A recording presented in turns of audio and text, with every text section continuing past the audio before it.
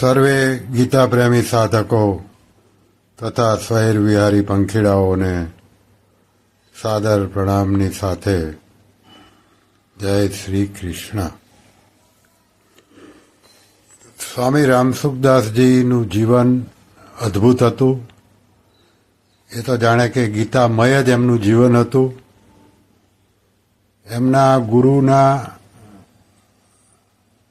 પરલોકવાસી થવા પછી એમણે ગીતાને જ પોતાના ગુરુ માની લીધી હતી. એમની પુસ્તક સાધક સંજીવની, એમાં એમણે અનેક જગ્યાએ માર્મિક વાતો કહી છે. એમાંની અત્યારે આપણે એક તત્વ પ્રાપ્તિ માટે સાધન અથવા તો સાધના સંબંધી જે માર્મિક વાત કહી એ એમના જ શબ્દોમાં અહીં પ્રસ્તુત કરું છું.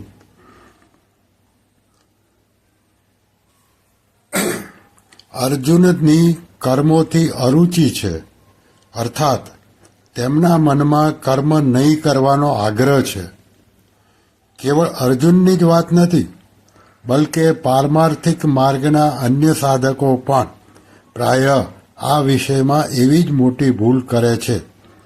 જોકે તેઓની ઈચ્છા સાધના કરવાની રહે છે અને સાધના કરે પણ છે, તો પણ તેઓ પોતાની મનોવાંછિત પરિસ્થિતિ, અનુકૂળતા અને સમબુદ્ધિ પણ સાથે રાખે છે. તેમનાથી સાધનામાં અત્યંત બાધક થાય છે. આ વાત તેમની સાધનામાં અત્યંત બાધક થાય છે. જે સાધક તત્વ પ્રાપ્તિમાં સુગમતા ખોળે છે અને તેને શીઘ્ર પ્રાપ્ત કરવા ઈચ્છે છે, તે વાસ્તવમાં સુખનો પ્રેમી છે, નહીં કે સાધનાનો પ્રેમી. જે સુગમતાથી તત્વ પ્રાપ્તિ ચાહે છે તેને કઠિનતા સહેવી પડે છે, અને જે શીઘ્રતાથી તત્વ પ્રાપ્તિ ચાહે છે તેને વિલંબ સહેવો પડે છે. કારણ કે સુગમતા અને શીઘ્રતાની ઈચ્છા કરવાથી સાધકની દ્રષ્ટિ સાધના પર નહીં રહીને ફળ પર ચાલી જાય છે, જેથી સાધનામાં કંટાળો પ્રતીત થાય છે અને સાધ્યની પ્રાપ્તિમાં વિલંબ પણ થાય છે. જેનો એ દ્રઢ નિશ્ચય કે ઉદ્દેશ હોય છે કે ચાહે ગમે તે થાય, મનની તત્વથી પ્રાપ્તિ થવી જ જોઈએ, તેની દ્રષ્ટિએ સુગમતા અને શીઘ્રતા પર નથી જતી. તત્પરતાની સાથે મને એક મિનિટ તેનો એ દ્રઢ નિશ્ચય કે ઉદ્દેશ હોય છે કે ચાહે ગમે તે થાય, મને તત્વની પ્રાપ્તિ થવી જ જોઈએ, તેની દ્રષ્ટિએ સુગમતા અને શીઘ્રતા પર નથી જતી. તત્પરતાની સાથે કાર્યમાં લાગેલ મનસ્વી વ્યક્તિ જ્યારે પોતાના ઉદ્દેશ્યની પૂર્તિને માટે કમર કસીને લાગી જાય છે, ત્યારે તે સુખ અને દુઃખની તરફ નથી જોતો. જેમ ભર્તુહરિ નીતિ શતકમાં કહ્યું, મનસ્વી કાર્યાર્થી ન ગણયતિ દુઃખમ ન ચ સુખમ. સાધકની તો વાત જ ક્યાં છે. એક સાધારણ લોભી મનુષ્ય પણ દુઃખ તરફ નથી જોતો. પ્રાય જોવામાં આવે છે કે પરસેવો આવી રહ્યો છે, ભૂખ તરસ લાગી છે અથવા શોધ જવાની આવશ્યકતા જણાય છે, છતાં પણ જો માલનું વેચાણ થઈ રહ્યું હોય, પૈસા આવી રહ્યા હોય, તો તે લોભી વેપારી બધા કષ્ટો સહી લે છે. બરાબર એ જ રીતે લોભી વ્યક્તિની જેમ સાધકની સાધ્યમાં નિષ્ઠા હોવી જોઈએ. તેનાથી સાધ્યની પ્રાપ્તિ વિના ચેનથી ન રહેવાય.